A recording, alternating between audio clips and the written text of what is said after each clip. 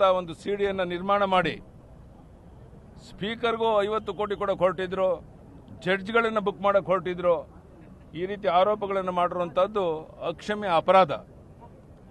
ಎರಡನೇದು, ರಾಮಕೃಷ್ಣ ಹೆಗಡೆ ಅವರು ಮುಖ್ಯಮಂತ್ರಿ ಆಗಿದ್ದ ಕಾಲದಲ್ಲಿ ಫೋನ್ ಟ್ಯಾಪಿಂಗ್ ಬಗ್ಗೆ ಆರೋಪ ಬಂದಾಗ ಒಂದು ದಿನ ಕ್ಷಣ ಮಾಡದೇನೆ ರಾಜೀನಾಮೆ ಕೊಟ್ಟು ಹೋದರು. ಆದರೆ ಎಚ್ ಡಿ ಕುಮಾರಸ್ವಾಮಿ ಅವರು ಈಗ ಹೇಳ್ತಾ ಇದ್ದಾರೆ, ಅವರೇನೆ ನಾನು ಪ್ಲಾನ್ ಮಾಡಿ ಮೊಬೈಲ್ ರೆಕಾರ್ಡಿಂಗ್ ಮಾಡಿಸ್ತಾ ಇದ್ದೀನಿ ಅಂತ ಹೇಳಿದರೆ ಮುಖ್ಯಮಂತ್ರಿಗಳೇ ಈ ಕೆಲಸ ಮಾಡ್ತಾ ಇದ್ದಾರೆ ಅಂತ ಅವರೇ ಒಪ್ಕೊಂಡಿದ್ದಾರೆ ಪ್ರೆಸ್ ಮೀಟಲ್ಲಿ ನಿಮ್ಮೆಲ್ಲರ ಸಮಕ್ಷಮ. ಒಬ್ಬ ಮುಖ್ಯಮಂತ್ರಿನೇ ಬೇರೆಯವರ ಟೆಲಿಫೋನ್ ಟ್ಯಾಪ್ ಮಾಡುವಂಥದ್ದು, ರೆಕಾರ್ಡ್ ಮಾಡಿಸುವಂಥದ್ದು, ತನ್ನ ಕುರ್ಚಿ ಉಳಿಸ್ಕೊಳ್ಳೋಕ್ಕಾಗಿ ಈ ಪ್ರಯತ್ನ ಮಾಡ್ತಾ ಇದ್ದಾರೆ ಅಂದರೆ ಇದಕ್ಕಿಂತ ಅಕ್ಷಮ್ಯ ಅಪರಾಧ ಬೇರೊಂದಿಲ್ಲ. ಅದಕ್ಕಾಗಿ ನಾವು ಬಂದಿರೋದು ಹೊರಗಡೆ.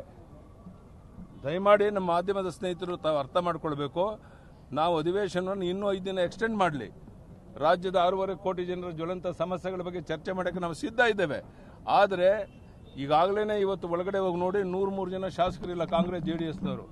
ಬಹುಮತ ಇಲ್ಲ. ಇವತ್ತು ನಾಳೆ ಏನಾಗುತ್ತೋ ಅನ್ನೋ ಭಯ ಮತ್ತು ರೆಸಾರ್ಟ್ಗೆ ಹೋಗೋ ಪ್ಲಾನ್ ಮಾಡ್ತಾ ಇದ್ದಾರೆ.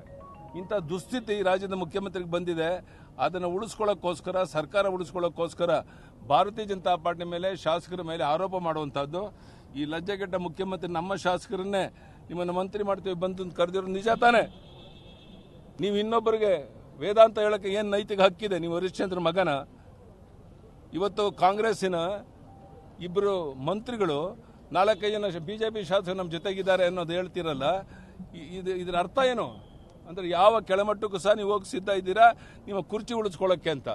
ನಿಮ್ಮ ಹುಳುಕನ್ನು ಮುಚ್ಚಾಕೋಕ್ಕೋಸ್ಕರ ಭಾರತೀಯ ಜನತಾ ಪಾರ್ಟಿ ಮೇಲೆ ಆರೋಪ ಮಾಡೋದು ಎಷ್ಟು ಮಟ್ಟಿಗೆ ಸರಿ? ಈ ಪ್ರಶ್ನೆಯನ್ನು ಎತ್ಕೊಂಡು ನಾವು ಹೌಸಲ್ಲೂ 2 ನಿಮಿಷ ಪ್ರಸ್ತಾಪ ಮಾಡಿ ನಾವು ಇಲ್ಲಿ ಬಂದು ಸಹಕಾರ ಕೊಡಬೇಕು ಅಂತಿದ್ರೆ ಅವರು ಅದನ್ನು ಅವಕಾಶ ಕೊಡದೇನೆ ಅವರು ಬಡ್ಜೆಟ್ ಓದಕ್ಕೆ ಶುರು ಮಾಡಿದ್ರು. ಹೀಗಾಗಿ ಅನಿವಾರ್ಯವಾಗಿ ನಾವು ಇಲ್ಲಿ ಬಂದು ಗಾಂಧಿ ಸ್ಟ್ಯಾಚ್ಯೂ ಮುಂದೆ ಧರಣಿ ಮಾಡ್ತಾ ಇದ್ದೇವೆ.